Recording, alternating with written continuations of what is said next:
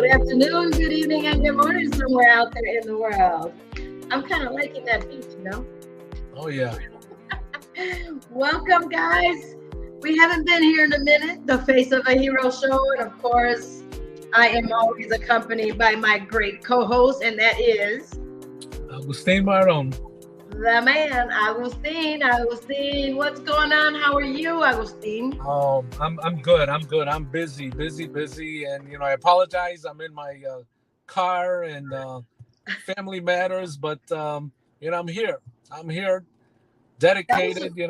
Hey, that was a good show, Family Matters. Do you remember that? Oh I think yeah, that was the name of the show.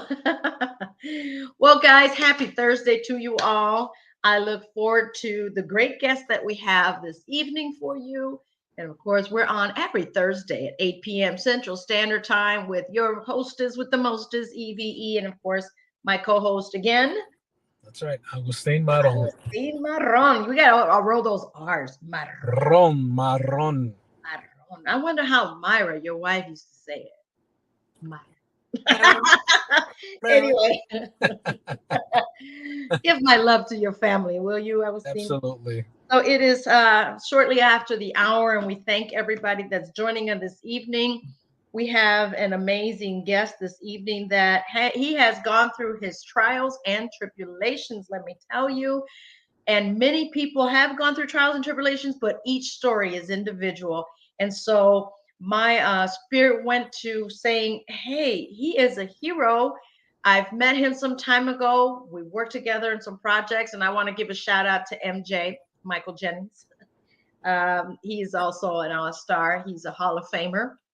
Thanks for having to have connected me with Mr. Julius Mercer. So I'm going to not keep him waiting.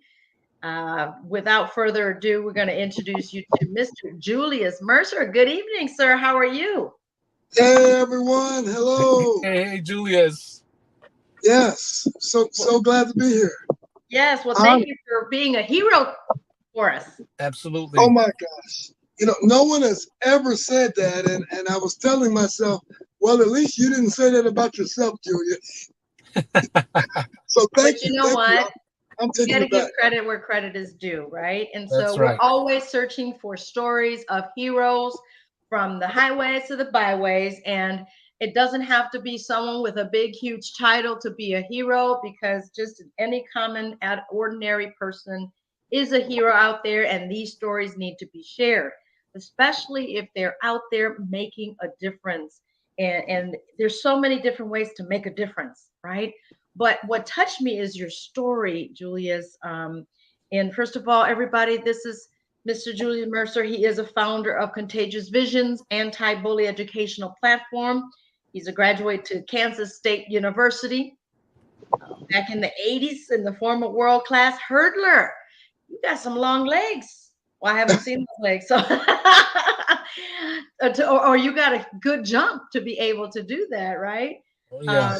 You are also Yeah. an All-American author. Well, you are a track and field All-American Division One. Am I correct? Correct. And you are an author to a new fire. Ooh, that's interesting. We're going to hear about what that's all about. But first of all, I want to know, who is Julius Mercer as a person, as a human being? That's Who right. is Julius Mercer? Tell us. As a human being, As a person, who is Julius? well, I like to think that I am just a good person, very respectful of others, very compassionate and full of empathy, especially for those that have been shunned by society, or those that have been told that they'll never change, they'll never amount to anything, and that it's too late for them to change and get back the way they was. And I'm that person that will go and become a mentor in their lives if I can, and offer them some hope and inspiration and help. You know how like for example, like the once upon a time I was like in a deep hole, and there was some special people that put a ladder in that hole, walk down and grab my hand, and then walk with me up. That's the type of person that I am to get out that hole. Right, right. So are you a father? Do you have children, Julius? Now I'm going to get into your personal life. Yeah, no, it's great. Yeah, I have two beautiful daughters. Uh, Jessica Lynette Walker. She lives in Kansas City, Kansas. She's my eldest daughter. And I have a younger daughter named Samaria Phillips. She's an entrepreneur, a young entrepreneur. Oh, wonderful. Yes. Well, shout out to them. And also, as I mentioned, MJ, I can call him MJ, Michael J. Jennings, my Hall of Famer. Shout out to him as well. He was the reason that I think who I met you through, if I'm Yes, not good guy. mistaken. Really, really good dude. Yeah, Yes, Michael he Jennings, is. and there's a couple other friends too, mutual friends that know of you. That's And right. Eric Dole. yeah, Eric Eric Dole. Moll, Anthony Eric Dole, Milling, rather. Yep. Yep. yes, and Robert Renteria. I'm just Robert friends with. Renteria. Yes, I Yeah, talked to with him the group. earlier. He's come And on Craig our show as well. and Craig Craig Hodges. Hodges, I got to bring him on. I told Eric, I And said, Eric, you got to get me Craig to come on. These are fellows that have paved the way for those that followed behind, and Julius is one of them. So tell us about your youth. What got you into track and doing the hurdles? yeah, well, funny thing happened on the way to the ballpark. So I attended Rich East High School in Park Forest, Illinois, which is a south suburb of Chicago. And actually, my freshman and sophomore year, my freshman year, actually I played baseball and then I played basketball. And my junior year, I have two brothers that had ran track, and then and they had both set records at that time. The records are broken now. And then my eldest brother, who is now deceased, he encouraged me to go out for track my junior year. I never ran track in my life, so I did. I showed up to practice, and I had this Hall of Fame track coach from Eastern Illinois University. His name was Johnny Meisner. At that time, I had no idea that he's going to be a Hall of Fame coach, but it all makes sense with my career. So I met Johnny Meisner, and then he likes to say Julius showed up at the track, was a tall, lanky, skinny kid, and Johnny Meisner, he took a low hurdle, and he pulled it out on the track, and he says, Julius, you ever ran the hurdles before? No, sir. He said, jump over that. And I jumped over it like all off balance. And he said, you're going to be a hurdler. That was the beginning. So my junior year, the coach spent a lot of time molding and shaping my technique of how to hurdle, putting emphasis on what's called the lead leg and the trail leg, and just good running technique. And so I fared okay my junior year, but my senior year, I was undefeated in the low hurdles and the high hurdles and qualified for the Illinois State meet. Wow. Wow. How did that make you feel when you first said, nah, I can't do that? Well, I don't know, that there was something about me that I pay attention to coaches. I'm coachable. I've always been a coachable person because I was always wanting to learn. And in fact, it was that coach who actually put a vision, goal, and dream inside of my head that I had no idea. So it made me have a lot of respect for coaches as mentors. Okay, so that's what turned you on and to actually be more confident with your skills, your ability, right? Yes, it's sort of like being around the right person that can give you the right information, and then can kind of pull your talent out of you or to increase your confidence. His main thing was to increase my confidence, and I bought into his philosophy, his way of teaching, because I kept every time when he would show me something and teach me something, then I could do it really quick. It didn't take me very long. So I was able to master the technique really quick. And then I would see positive results. And so every time I guess when I see something positive, then I continue to buy into his philosophy. I felt like, the coach's, his best interest in me was there. That's great. Wow, That that's is good. awesome. So Thank you. what happened to basketball and baseball? It went to the wayside? Baseball went to the wayside. When I was a freshman, I was a pitcher. I rode the bench though, and I played one particular game. And I remember I had a couple of strikeouts, but my first two pitches went over the backstop, and everybody was laughing. So they used to call me Sancho Page. But yeah, but I did play basketball. Um, I played freshman year. I played sophomore. My sophomore year, I got put up to varsity at the end of the season, and then I started in high school my junior year and my senior year. Craig Hodges, when he was a senior.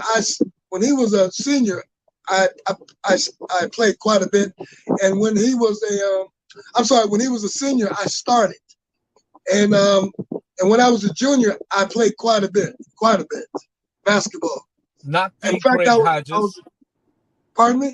Not the Craig Hodges.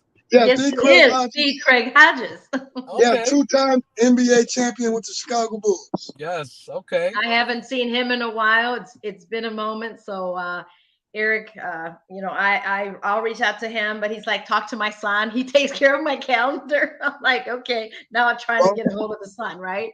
So I'm gonna put Eric and his son to put to work to schedule him. He is also a hero. He's still moving and shaking. He's still doing his things as well. So today the spotlight is on you, Mr. Mercer. Absolutely. So once you got done with track, what happened next? well, my senior year, like in high school, like, well, I'll speak what happened with us.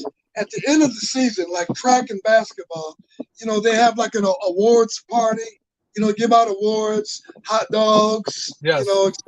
Cokes. And so my senior year in basketball, I received the award, best defensive player, on the team, co-defensive player on the team. Got an award also that I reached the most out of my potential. In basketball, I was coached by the infamous Steve Fisher, who went on to coach many, many years at San Diego State University. And then in track and field, when my track season was over my junior year, I got what was most valuable player, etc. And at that time, though, I had no vision, hopes, or dreams that I can even make it in college because my grade point average was 1.65 on a 4.0 scale. Wow. Oh wow. Yeah. And so the coach who originally taught me how to run the hurdles my junior year, after my junior year, that coach had left. Oh wow. So now I'm under the guidance of another coach. And that particular coach, again, I won these awards, and he didn't even say anything about me going to college, whatever. And then that's how I left, the banquet. That's how I ended school. Nothing. They With failed you. nothing. Yes. So when that summer came after school, my senior year, I got a job at the Park Forest Golf Course, and picking up golf balls and things of that nature. And then one day while I was there working, a coach from an adjacent school in Chicago Heights, Illinois, this school is called Bloom High School. This coach had showed up. He was a track coach. And he saw me working and he says, "Hey, Mercer, what are you doing here?" I said, "Just working. You're going to go to school?" I said, "No one talked to me about school." He says, "Look, I got a connection with Butler County Community College, which is a 2-year college in Kansas, and it's for athletes that have poor grades. And I can get you a scholarship there because I already have a connection, and you can use your athletic ability to help you to graduate, and then you can go from there." And I said, "Wow." So he made a phone call. And then within several weeks, that coach from Butler County Community College drove all the way from Kansas, and he picked myself up along with a few other athletes from the area. And so now I'm in Kansas at a junior college. Yeah, so that's how I got out there. Wow. Wow.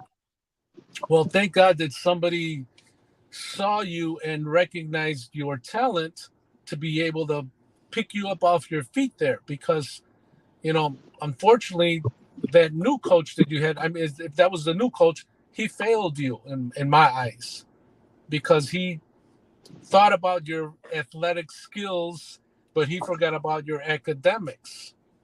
And, it's unfortunate that's what some of these coaches do. They want that star, they want that superstar, but they work with the teachers and say, "Hey, he's my superstar. Let him be. Let him be. Let him slide."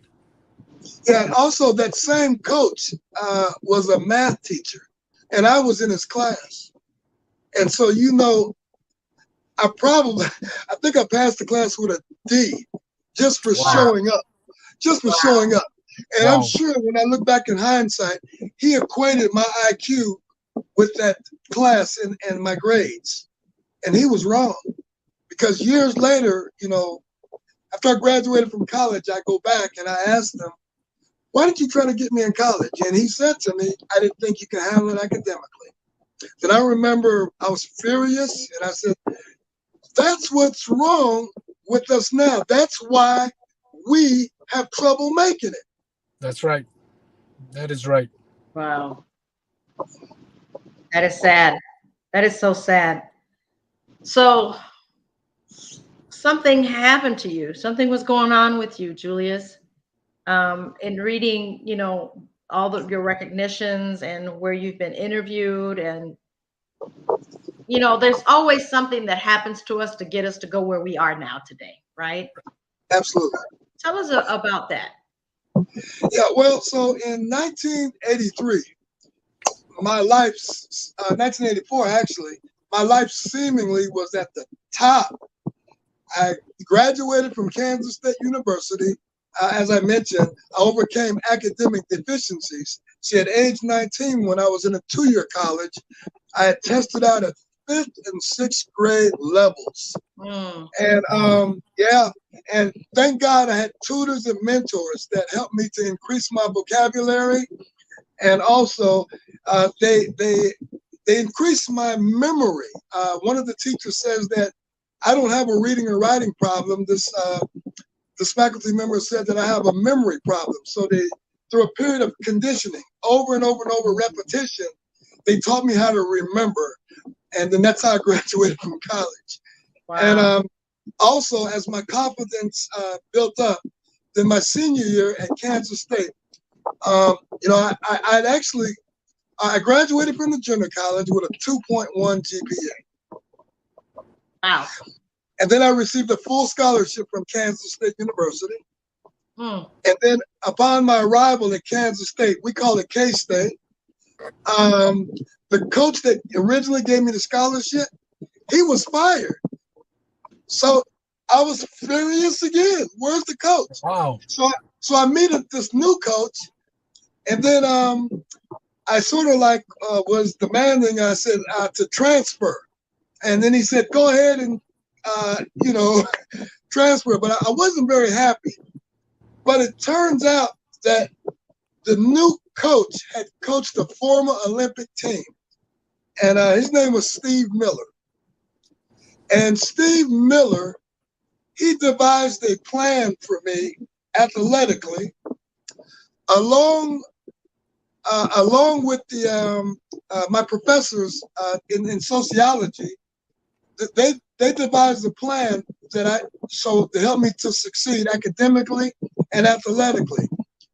To succeed athletically, because we are taught that we are student athletes, students first, because many athletes we forget. We focus on athleticism.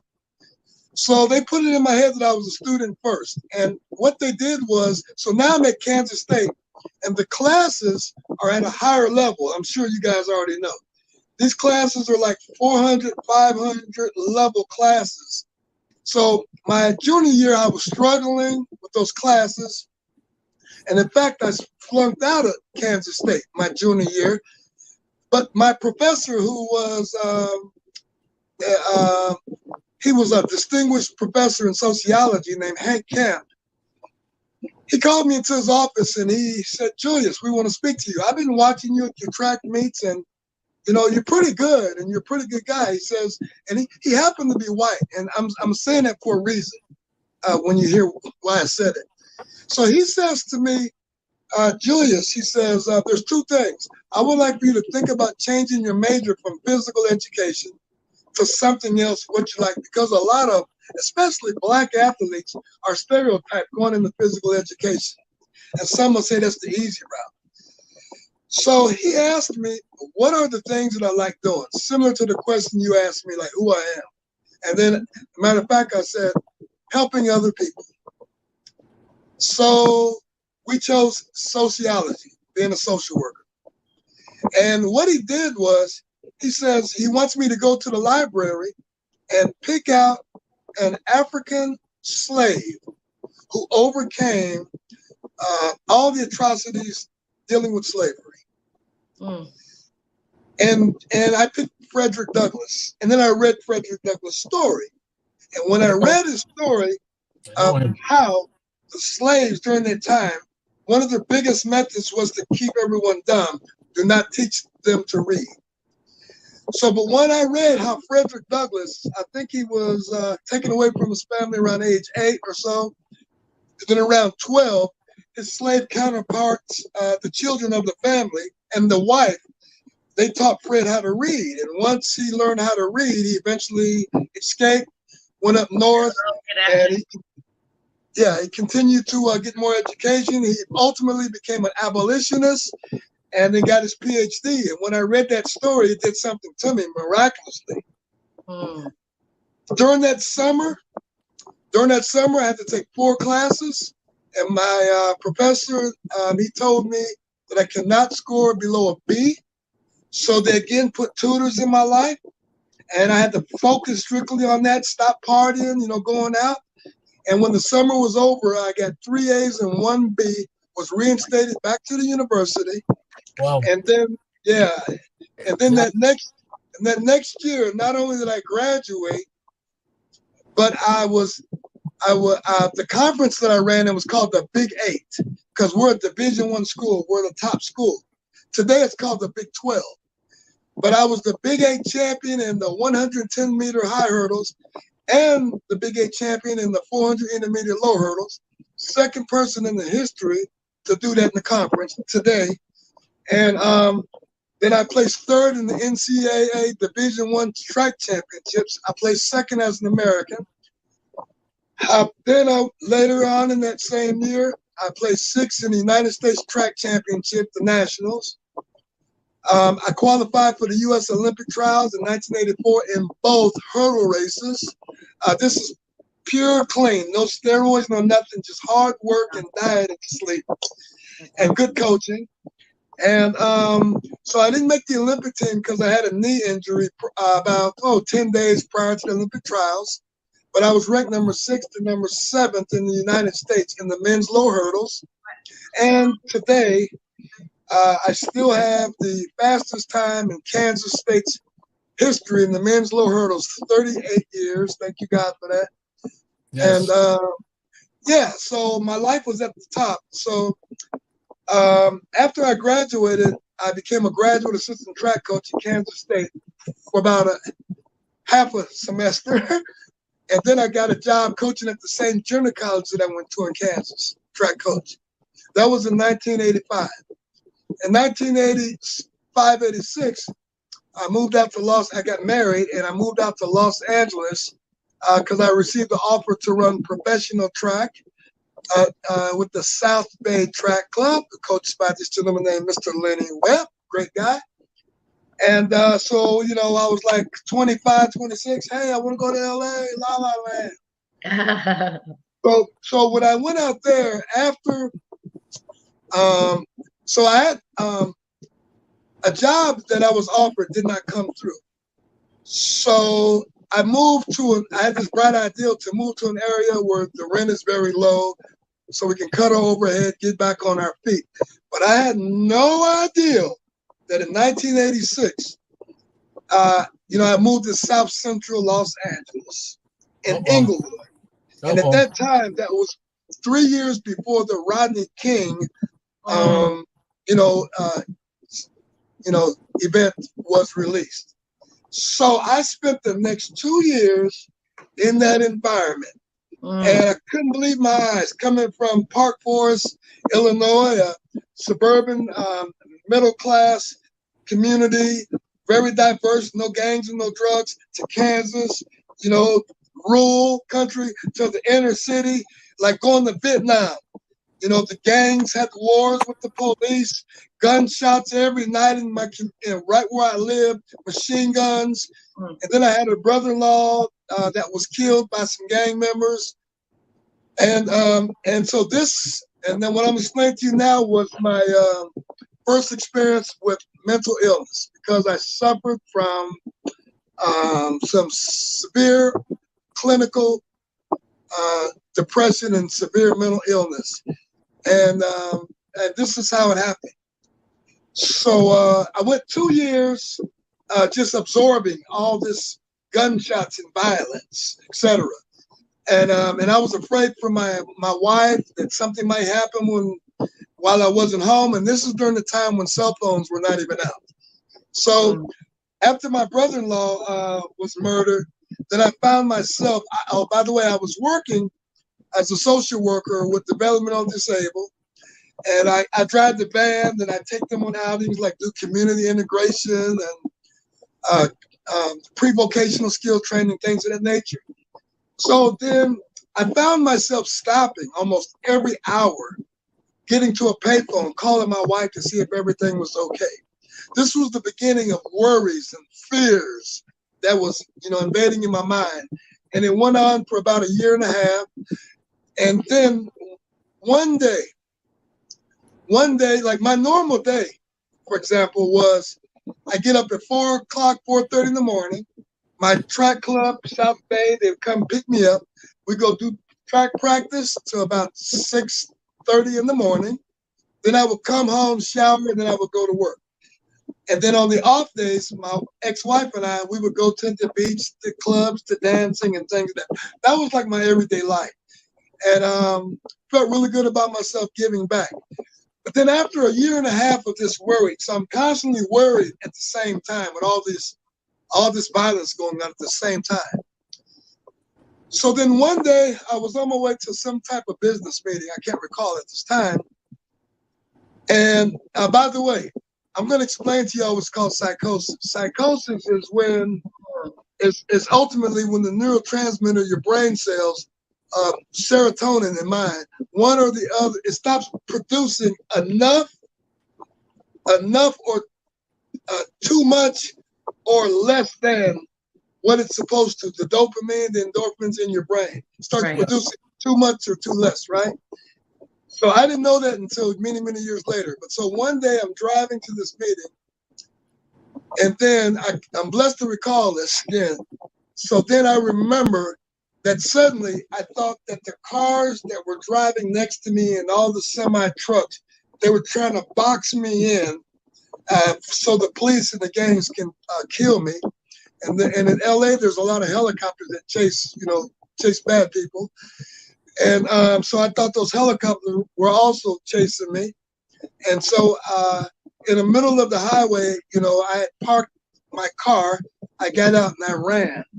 And I ran about 1.5 miles or so back to where I was living. And then I had banged on my door, and my ex-wife had opened the door, and she said, "What's wrong with you? Where you been?" And I said, "They're in there. They're trying to get us. They're trying to get us." And she's like, "What are you talking about?" And then I took off running again. Wow. And then I took off running again. And then the next thing you know, I remember someone said to me, "Julius, do you know where you're at?"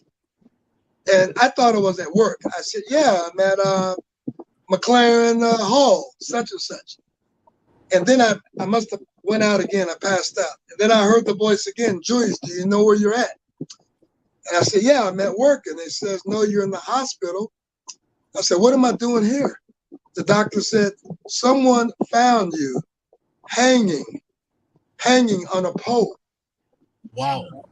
By your coat, Wow. You're trying to harm yourself. Someone saved you from trying to harm yourself. Wow. And that's how you got here. And then I remember arguing with the doctor saying, I wouldn't do that. Not me. No way. I would never do that. And then my mom and dad, who flew out there, they walked into the room. And then my dad asked me, was I all right? And I says, yes, sir. And then he says, you okay? Taking any drugs? And I said, no, sir. And I had the doctor and the nurse to confirm that I was on no drugs. And they did, no drugs. And then my dad, he rubbed my neck here. And then he showed me a mirror. And then I saw where I was trying to harm myself. And so to this day, I don't know who the angel is. But I tell you, I always thank God that I'm still alive. So anyway, a psychiatrist that spoke to me. Well, the doctor had asked me if I want to see a psychiatrist. You know what my answer was? No. I'm getting out of La La Land. I'm going back to Park Forest so everybody knows my name. You know? So within a matter of about 3-4 weeks, my ex-wife and I, we moved back to south suburbs in Illinois. And, I never told anybody what had happened. And I just kept it quiet. And what I didn't know then is what I know now. You know, they call it suffering in silence. And so now when my environment had changed from Los Angeles back at home, the illness that was in my brain had it lied dormant, had went to sleep, so to speak. But I didn't know it was just sitting there waiting to wake up because it needed treatment. But it lied dormant.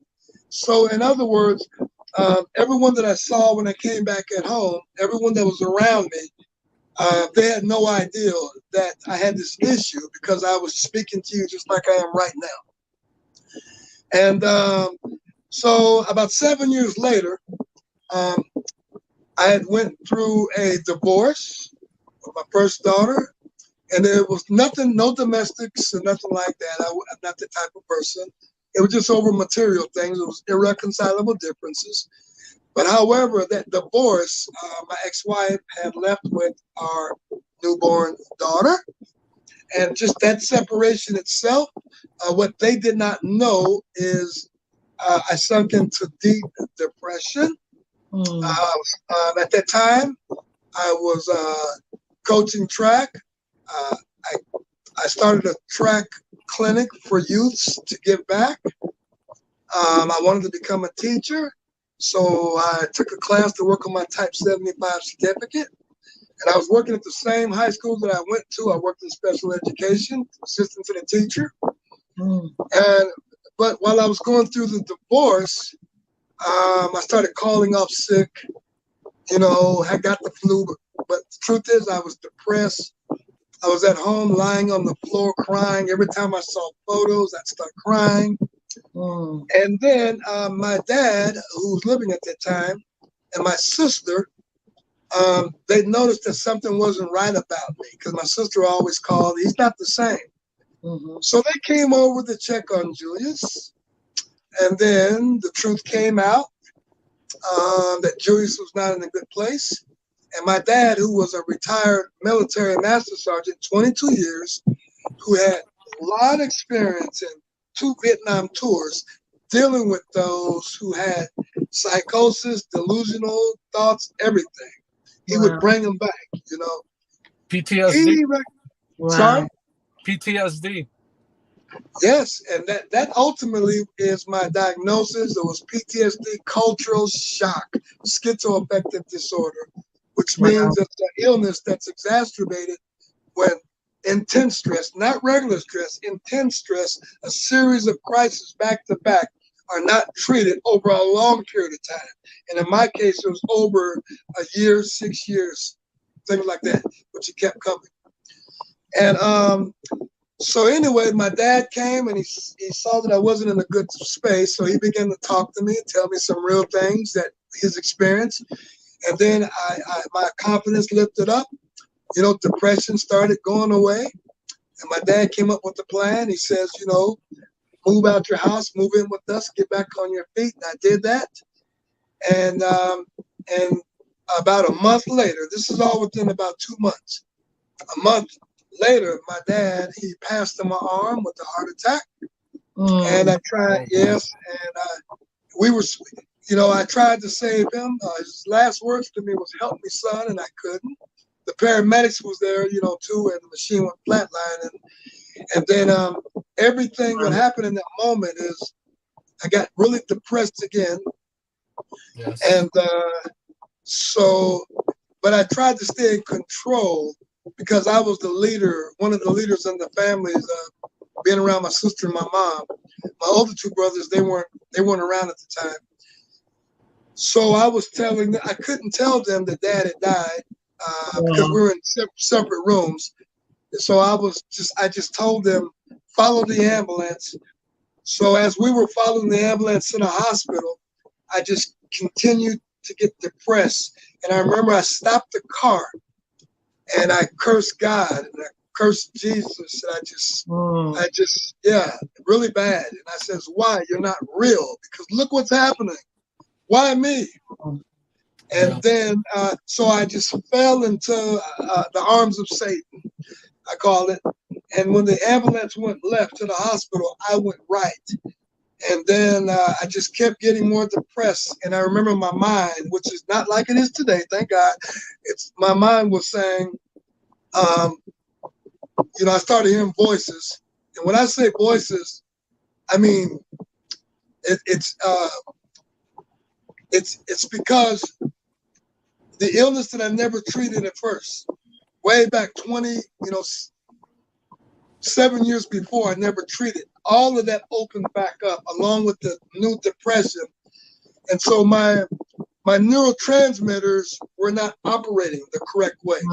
They were either producing too much or too less, which means it causes delusion, seeing things that aren't there. It causes me, and you see people around that having conversations in public, talking to whomever.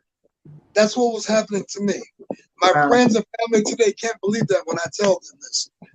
So this was happening to me as I was in the car. And then I decided to go see a friend and just party. And I think your volume went down a little bit. There you go. Okay. Yeah, just party. And then I was in a situation where I never did cocaine. The party I met was smoking marijuana and drinking. But I remember that the person I was with, I did not say anything about what had just happened. I was just there. So, but I just remember telling myself that I'm going to die like this. I'm going to die like this. And so this individual person that knew that I did not like the cocaine and the crack cocaine. But in that moment, I allowed that person to convince me that if I did some cocaine, I could sober up and then we could be together for that evening. And then I remember getting mad about the cocaine, said, "Get that away from me." But as I continued to drink more and the depression continued to escalate, then I said, "Let me try it." And then one side of me said, "Try it and use it and smoke it until you're done." And then the other side of me said that it's not going to do you like everybody else. So it sort of had this antagonistic effect in my brain, back and forth. And so that was my first time using it. And then within 1 week, every weekend I was going to kick it with this person and then use it. And then within 1 week, after smoking, I had lost my job that I was doing. And the next thing you know, I did a burglary. And then the next weekend, another burglary that I started getting caught for burglaries, getting locked up. And so this cocaine had a really quick effect on me, really, really quick and really bad. Wow. So now I got two issues as years went on, untreated mental health and then a serious drug addiction that lasted for the next 2.5 decades. Wow. Had me sleeping and living in abandoned buildings and parked cars. I would only last, when I get released from incarcerated, My incarceration was thefts and burglaries. No. That was strictly related to the cocaine use, the substance abuse. I also, because of the untreated mental illness, I landed in about 6 or 7 mental hospitals, 7 shelters. I lived a life homeless, sleeping in and out of people's hallways, parked cars, abandoned buildings, sleeping on cardboard boxes. Yeah. Wow. Riding the city trains in Chicago's late at night. It was just it was just terrible. But I was caught up into this terrible cycle of defeat. And there was a part of me that told me because I was a social worker, I can fix myself. Right. And Wow. and every time I tried to fix myself, I just sunk. Public distrust, community distrust, dereliction, being treated really bad. I remember being at shelters, and one time a church came and picked us up. Because now I grew up in the suburbs, but I spent most of the time on the west side of Chicago in the streets because I could not get out of prison and go back to my community, Park Forest, because the area that we live, you could not have a felony and live there or the entire family has to go. So now I'm in the streets many, many nights, situations where drug houses, 3 or 4 situations, guns are pulled on me, close range on my forehead. Individuals, because I'm stealing and people telling me if I run, they're going to shoot me. And I ran, they didn't shoot me. So one time a bus came to pick us up from the homeless shelter to go to a church. So I didn't want to steal this one particular day. And I got tired of walking. So I went to church. And there's about 20 of us. Well, I separated myself from the crowd because I like to sit in the front of the church. So I was sitting in the front of the church.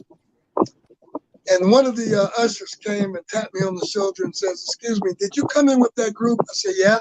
"Well, you have to sit with them." Yeah. There goes my chance to believe in God again. Wow. I was furious. Yeah, I was furious. I was mad. Haven't went back to a church.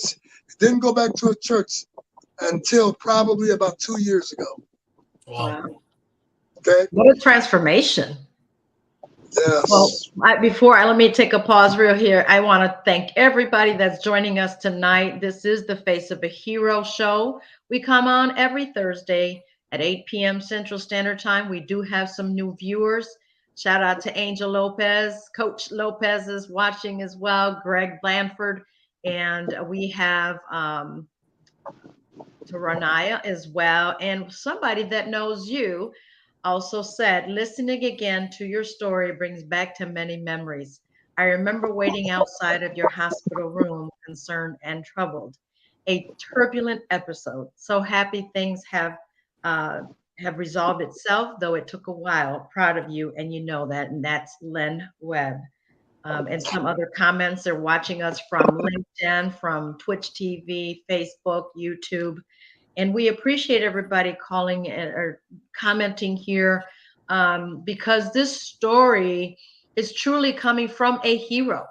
That's right. He is still standing here sharing his story and is able to say it and be sober, be healthier now. But he's doing heroic things that I'm so thankful for you, Julius, that God has allowed you to go through that. And hearing your heartfelt story is me watching you in a movie, right? And going through all those trials and tribulations that you went through so that you can see, to understand you and others. And I mean, here you are telling us your story. Thank you. And I thank God for you. Absolutely. It's mind-blowing from to me, it's mind-blowing what I just heard. And I just want to know how did you just stop? What was that turning point? Exactly. When was your turning point, Julius? Well, I gotta tell you this. My book that I wrote is about the importance of mentors and tutors. And Eve, Yes, you got it right. He's calling me the Spanish name, but in my mind, he's calling me Eva. I'm like, it's not Eva, it's Eve. But then earlier, before we got on the air, he's like, Eva. I'm like, wow, he just blew me away. He's telling my name in Spanish. But yes. Well, Eve, a few days ago, you had a post, and you put a post up that was about parents. Tell your kids that it's okay to wear the same shoes every day. Tell your kids that it's okay if you're fat, skinny, Mexican, Hispanic, black, white, whatever. Whether you got money or not, you can still be successful and reach your dreams. And so this is what mentors and tutors do. And when you wrote that, I was like, wow, that's me. So at the point that I changed, I was not ready to change. So you hear people for many, many years, they say, oh, leave them alone or leave them alone. They're not going to change until they're ready, right? So I used to think for many, many years, too, we hear you can lead a horse to water, but you can't make it drink. Right. So the point that I changed, I wasn't ready to change. So after what I'm about to tell you, what I tell people now is, if you lead a horse to water long enough, sooner or later, it's going to start drinking. He's going to get thirsty. Yeah, right. See, so at the point that I changed, it was my last lockup. The last time I got locked up was 2010. And I did another burglary on crack cocaine the fourth time. Now, I'm not proud of getting locked up in the things that I did because I harmed many people emotionally. I never had a gun. I didn't physically harm anybody. But just breaking in someone's house, stealing their property, scares the heck out of people. Makes them unafraid to not safe no more. So I did a whole lot of repenting and a lot of behavioral change to not be that person no more so I can do good to get back. Wow. So at the point, so I'm in the Cook County Jail. And because I was on the drug binge, it's okay. Just walking me through this, okay? It's happy tears. Okay. It's okay. Don't worry.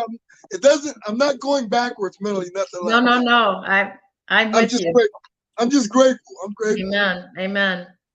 So I'm sitting on a bunk in the jail. And I was out in the streets for another 5 days on drugs. So I get locked up. So the only thing that was going through my brain was shame, guilt, resentment for the 16th time. 16th time. And I was crying. There was a group of fellas in the jail that did a prayer circle every evening. They kept asking me to come with them to pray. And I said no. And the reason why I said no was because the person that was asking me was gay. And I said no. And I sat on that bunk and I was just depressed. And then a few days later, when I say depressed, there's a difference between the average person saying, hey, I'm depressed and I'm stressed. I was clinically depressed, which means I needed intervention of medication and therapy. Hands down. That's it. So I just sat on that bunk, and then a few days later, the officer that watches our deck says, Mercer, there's someone that wants to speak to you on the second floor. So I just sat there. You're going to go, Mercer? I just sat there. I just kept thinking. And then there was this, in my property box under my bunk, someone that gave me like a recovery Bible. This Bible equates the 12-step program into this Bible. And so then I remember just thinking about that Bible. Just thinking about it. That's all. So then finally I jumped off my bunk and I went to go see who that person was. That person was this girl named Sarah Fletcher. She's a behavioral health worker from Trilogy Behavioral Mental Health Services in Chicago. which I'm still a member in there now. I'm on the council now, though. You know, Wow, I'm a voice for 500 clients right now. Okay, all right. so God is good. Amen. So that person says, Mr. Mercer, I just wanted to talk to you because we see your name on a database. You've been here so many times. And then, now still, I didn't want to talk about the mental health issues that I had, 25 years before at this time. Right.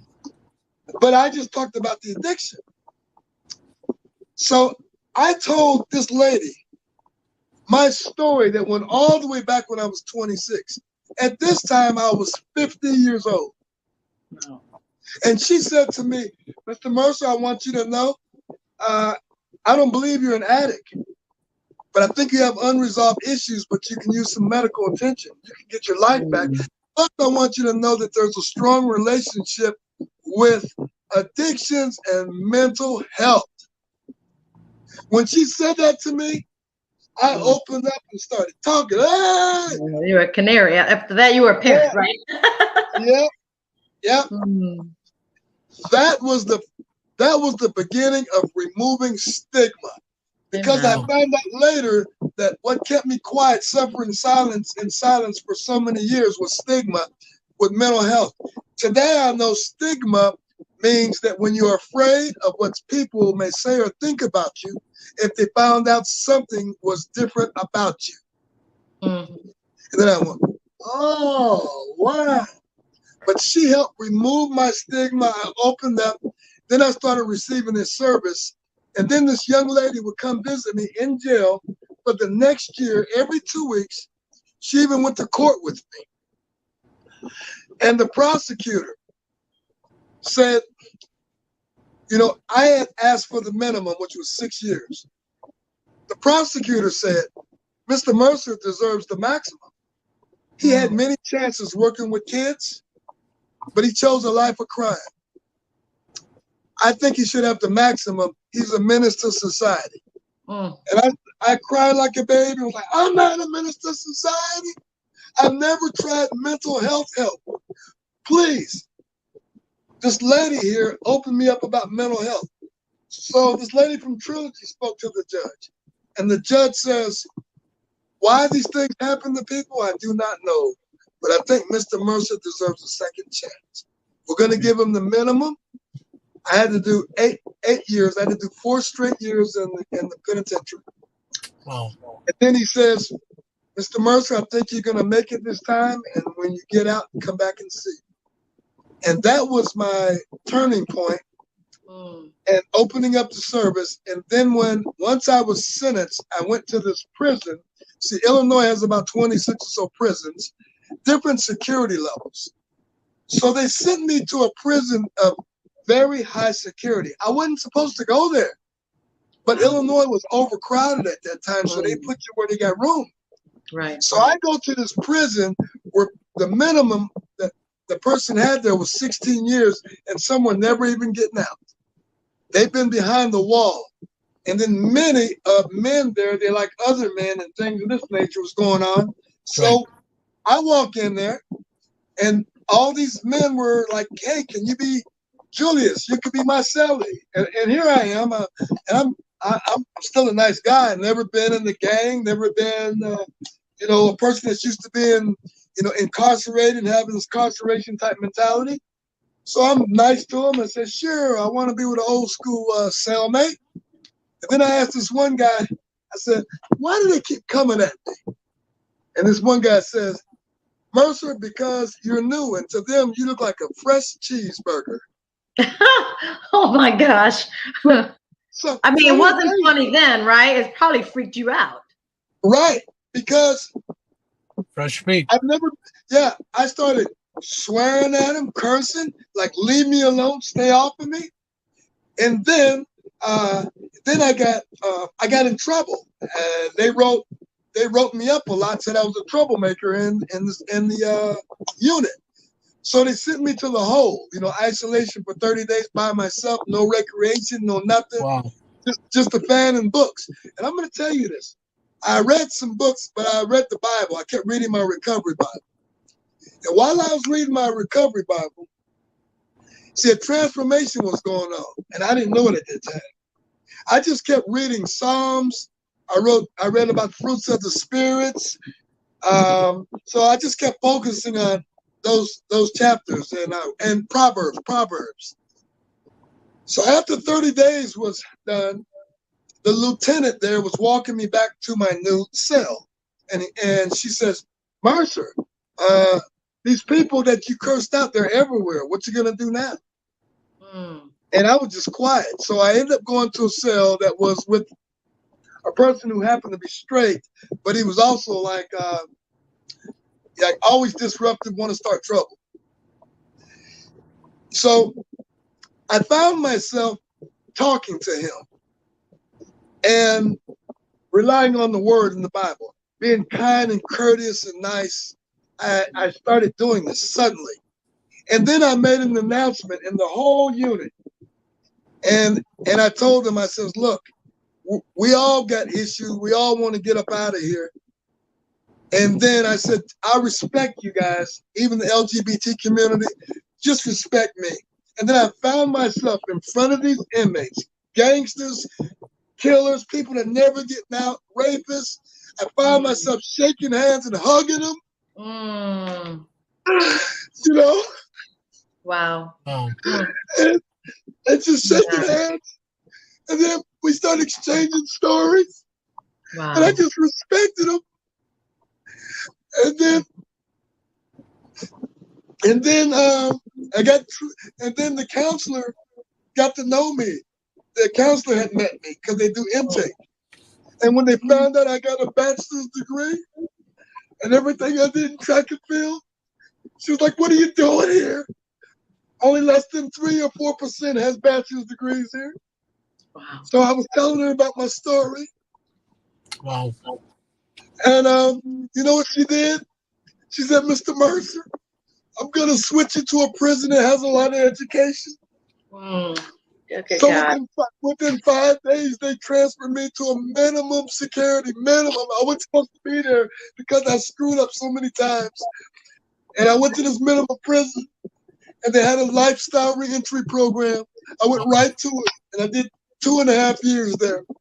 Total behavior modification, positive esteem groups, anger management. I took this one class that's called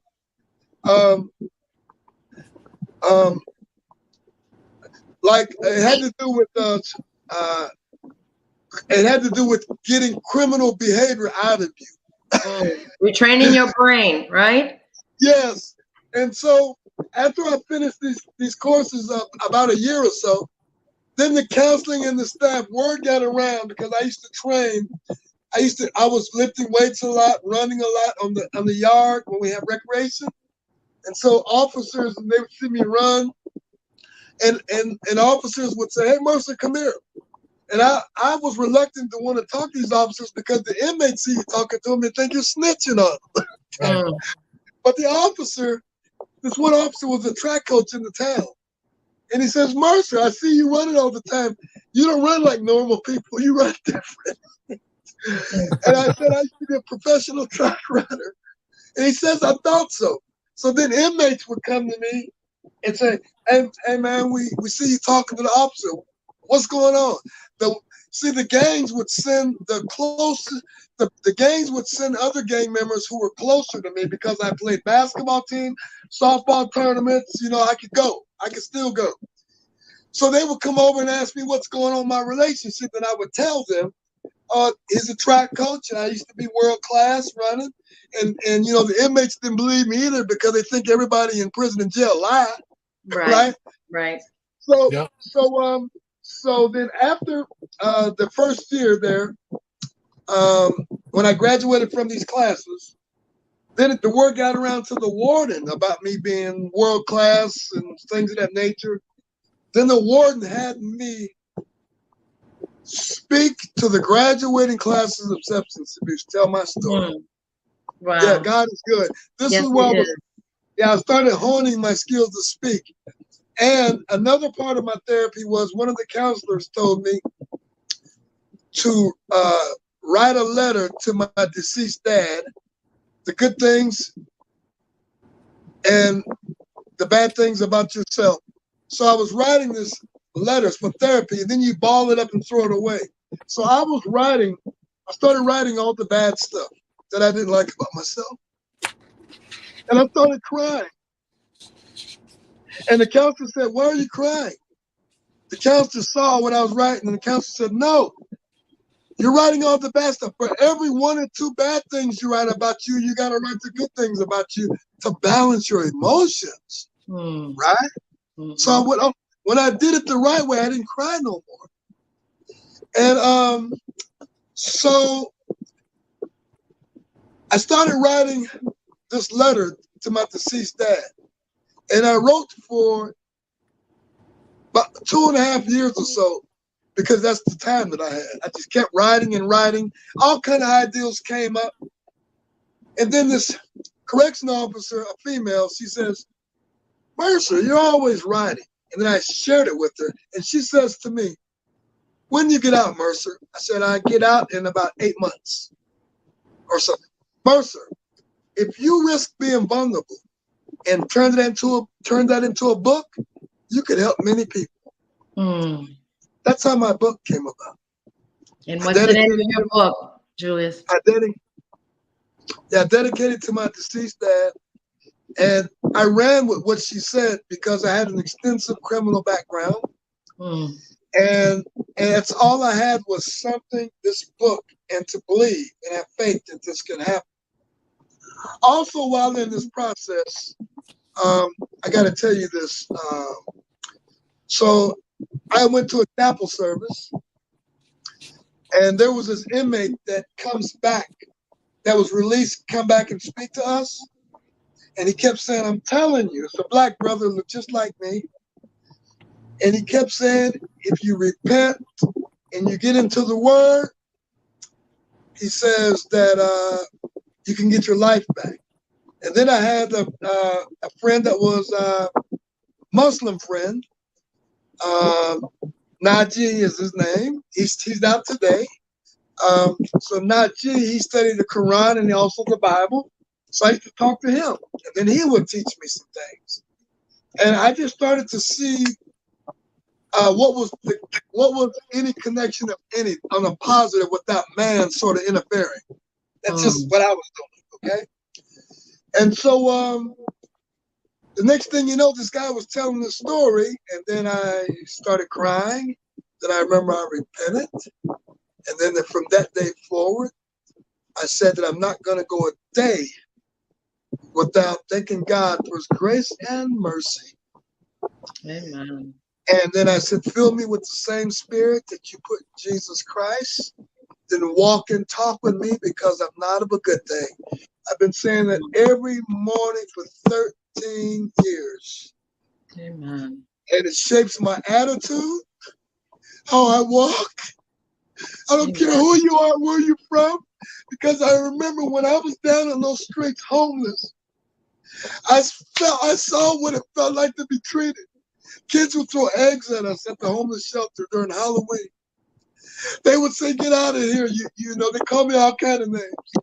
"You're no good. You're this and that." Wow. One of the things that keep me going today is I like to joke and look back and say, "Oh, I was doing research." Yeah. But I tell you, that experience has filled me with so much compassion and empathy to get in other people's shoes. You know, you or somebody else may talk about them, but I bite my lip because I go, there was me. It can happen to anybody. Wow. It can happen to anybody.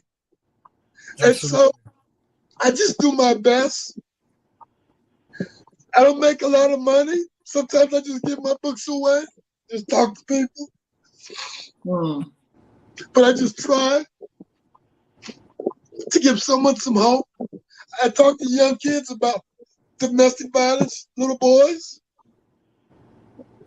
I talk to them about being kind, courteous, try to be respectful, to don't be like others. Even those that are deemed bullies, I talk to them to help them to see how they became that way, that you really aren't. You know, so I just do my best. Thank you. You know, yeah. So Thank you. You know, Julius, you're not trying, you're doing it. I'm doing. Oh, You're doing it. Because what is trying? Are we doing it or we're not doing it? You're That's right. doing it. ooh, thank you. Okay? And You're doing- so you are a hero. yes, you are. You have been a hero to many that may not come and tell you, may not have the opportunity to tell you. Those that are watching here, we know you are for hire. I have placed the link on the social media platforms of where to get your book. Thank you. That is titled A New Fire. Why A New Fire? Why that name? Well, because I thought of the title. Well, I used to sit in the prison and I would watch different pastors just preach. And then I heard one particular pastor say, that fire back. But then there were some other fellas that when I used the word fire, the other fellas that go to church, they would tell me, fire is a part of Satan, it's connected to Satan, don't say that. And then I remember being an athlete and the coach would always say, let's get fired up, it's a good thing. So then I just wrote like about 20 different titles. And then I start putting these words together. And then I went, my original title, my first book was called A New Fire in You. So, but that first book, which I released in 2016, had a lot of grammatical errors. It wasn't edited properly. So during the pandemic, I did the second edition, which is A New Fire. And my great friend, gentleman named Mr. Christopher Grohl, who is a writer himself, he teaches ESL. I asked him to help rewrite and co-write my second book, which is out now. And then he says to me, how about if you drop the you? Because a new fire in you sounds like you're sort of like you're pushing it on that person. But a new fire is like, it doesn't really, a new fire, it's not like direct, not direct Right. or person, you know, Right. to anybody.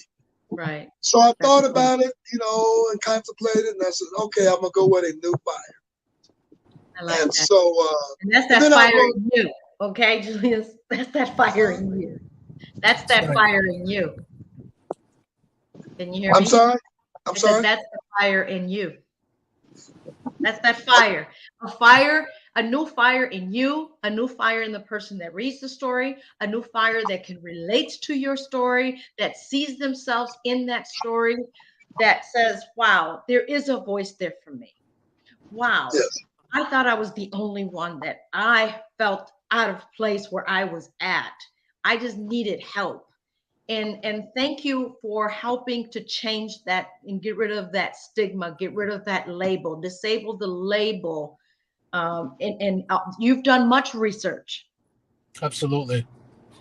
through your life experience that you had to live through it to come and tell us now, wait, you're not alone. I got some help here for you. That's Believe right. me, I lived through it, I learned through it, and I grew through it. Now I'm speaking about it to help you. That to me is a hero. And And also, then I'm sorry. And then no, I've been blessed because 5 years ago, you know, some people that I ran across through networking, they invited me to join like a research team, a mental health research team at the Illinois Institute of Technology. So we do mental health research for African American women with obesity. I facilitated a couple of groups, and then I helped to like the professor would have a hypothesis. I helped to approve the hypothesis. And then next thing you know, through word of mouth, I got picked up on a council of the University of Chicago hospitals, where wow. myself and God some bless. community stakeholders, like 20-something doctors, Yeah. we evaluate potential breakthrough in medicine. We evaluate these researchers and get a kick out of this one. So I still today go to Trilogy Behavioral Mental Health. I graduated from therapy 3 years ago. So I'm on a council. This is lived experience individuals, and we're a voice to 500 clients, right? So now I'm there as a patient. So I'm at the Illinois Institute of Technology, who partners with Trilogy Behavioral Mental Health Services with some projects. So now the Illinois Institute of Technology had to do a presentation to the Trilogy social workers, and I was one of the facilitators. To them, they were like blown away, like, wait a minute, he's a client, he's teaching us. You're the expert. Oh, that's what they You're the expert. That's right. Because I cannot say I'm the expert because I went to college and have my PhD on this, but I've never gone through it. Right. You didn't experience it. You did. Yes. I think another word might be institutional knowledge. Because, wow. Thank you. That's a new book right there. Okay. Yes. Institutional knowledge. And we mean it in two different ways. Correct. You were in two different institutions. That's right. Wow.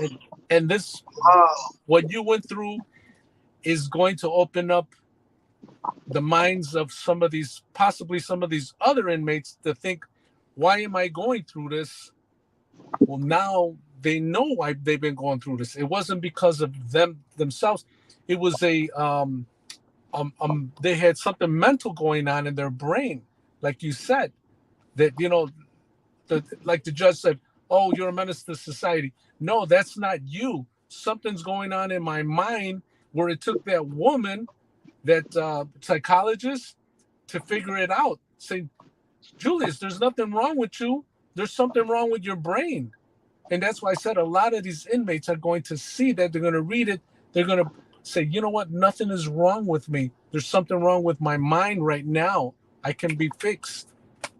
And since you said that, it turns out everybody knows that I have a chemical imbalance. And so, but for myself and a lot of people, we always thought, because I spoke to a lot of people on drugs, when I heard chemical imbalance, I thought it was the chemicals that I was using caused the imbalance. And then through education, I said, no, like say, for example, there are 6 neurotransmitters that are responsible for the balance. And one of them, serotonin, is not producing enough. So that means there's an imbalance. Right. So right. Oh, wow. But God, Julius, he's our healer. He's our redeemer. Yes. Okay? That's right.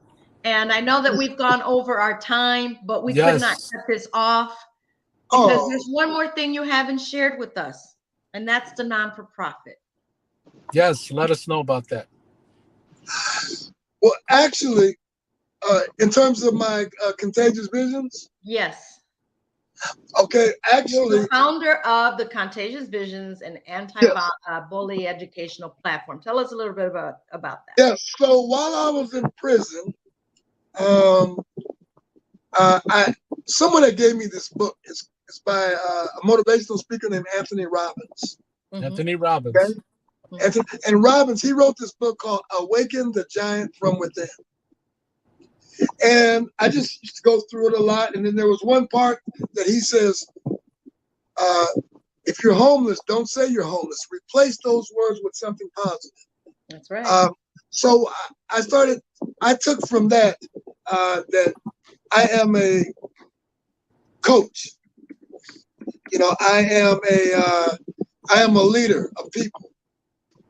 I took that along with what the scriptures was telling me in the Bible, and saw that the scriptures in the Bible helped me to remove shame and guilt, and also the Bible helped me to learn to thank God for the good and the bad. Once while in prison, I learned to be thankful for the good and the bad. All the shame and guilt went away. Amen to that. And that's nothing but the enemy. Yes. Got you locked up right here, thinking that. So I continue to read some things about anger, worry, doubt, fears, and things like that. And I could see how all those things plagued me to go downwards, right into Satan's arms, like you said. So I developed this module under the Contagious Visions. I developed this module.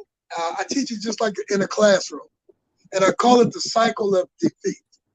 So I draw a circle, and I did this at several high schools and the kids already. I draw a circle, and I write the word self in that circle. The self means each individual.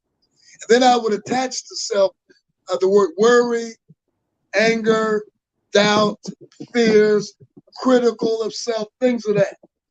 And so I was able to see how self can just start my normal day. But as I navigate through life, even in classrooms as a kid, as I run across people in situations and they criticize me, talk about my lips and how skinny I was as a kid, the bullying part. I allow the criticism of them affect me. Now the self is no longer self. I'm walking around with the self, the critical self, or the doubtful self and the worry self, if you follow me.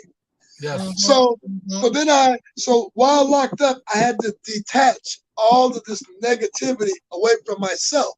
So I designed this module to show kids in schools, how do you detach these worry, fears, and doubts as a kid if you're not to the point yet where you believe in God or whatever your higher power is, whatever, if you're not there yet. How do you do it? Well, then I connected with, well, you go see your social worker. You go to a therapist, go see your counselor, go talk to a mentor, a coach, your favorite teacher, and they can help guide you through these fears, doubts, and worries. So that way, when you get these fears, doubts, and worries or anger, when you're a kid going through school, it can bother you, but you learn to don't hang on it too long because now those mentors are filling you up with just the opposite, empowering yourselves. So my module is called the Cycle of Defeat. And I call it Contagious Visions because that module was the same vision that I caught when I was in prison writing this book, and that it's contagious. I found out, I tried this way of thinking in this module while I was in prison to inmates, and they loved it when I would speak to them. So I said, oh, wow, it's contagious. So that's how I came up with Contagious Visions, and you have a division in your life. Wow. And is that number current active, the one that you have, Contagion Vision Anti-Bully Program, the 773 number? Yes, 773-793-8669. All right, I have it here and I just posted for those of you that would like to have him bring this platform to your school, to your prison. Absolutely. He knows what he's talking about. He's been there, done that. And now he has been used as a vessel to bring that solution. It's sad to say that many prisons had removed mental health program. Many people that have been incarcerated are wrongfully incarcerated. Instead, they should be put in a mental program. That's right. Just as they were able to help you years later, they found the answer for you. It took many years, but it took place. It happened. And now you're here to talk about it because you've been about it. And so Mental Health America has been around. Now they are bringing them back into some of the prisons where they actually have a psychologist there to evaluate and help them. But not all prisons have it. Some still frown on that. It's sad to say that there's people that have mental health issues that are bipolar or that have PTSD. That as well. And so they're only triggered. So they're reacting to that trigger, causing them to get in trouble, causing them to get incarcerated. But have they have the right help, the right kind of help and or medication that can help balance them out with strong programs that can retrain the brain, remove the stigma, remove the negativity, remove the shame, remove all of that you've gone through. You have proven it here, live here on, I was going to say Real Talk with EVE, but Real Talk with EVE is right here on this show. Keeping it real through Julius Mercer, that Mr. Mercer is here to tell you where there's a will, there's a way, and God has made a way by using Julius to bring that to you to come and speak to you, to your staff, I mean, wherever it is, someone's always going through some issues. It's mental health. Yes. And if you stay quiet as he did, unfortunately, some don't make it. Absolutely. Absolutely. And Some don't. I appreciate you how you kept tugging at me, because we're both so busy and you didn't give up. And I really appreciate that. Thank you No, so much. I just felt pushed that your story was going to be heartfelt, not knowing this part of your story.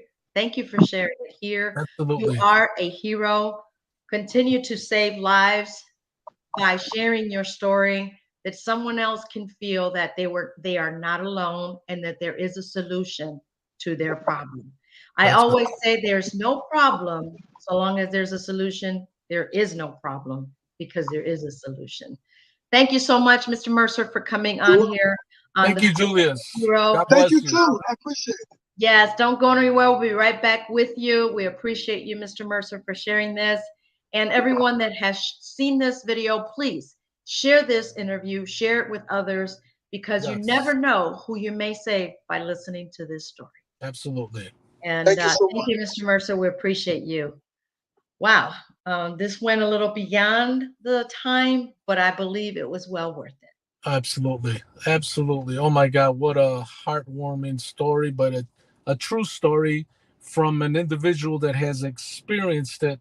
And I'm sure it's going to open up a lot of eyes to some of these people that they see homeless, because as he has said, when he was homeless, that he used to be taunted and made fun of, and people didn't know what the backstory is, which a lot of people don't know what the backstory is of people, of homeless people, individuals. They don't. And so this is a solution for some of you that have been watching, or you know someone that needs to watch this. Please share this. It's not even Absolutely. about us. It's about the face of a hero. That's right. Sharing their story. If you know of a hero that you feel that needs to share their story, please call us. And the number is right here on the bottom of our screen. That is thefaceofahero.com. Go to 773-809-0106. And on that note, I know you got places to go, people to see. Oops, I'm sharing something else. People to see. And thank you for joining me today, Agustin. Absolutely. We appreciate Absolutely. you. Until next time, guys, we do have to Yes. go. Nos vemos. Take See you care. then. Bye now. Bye.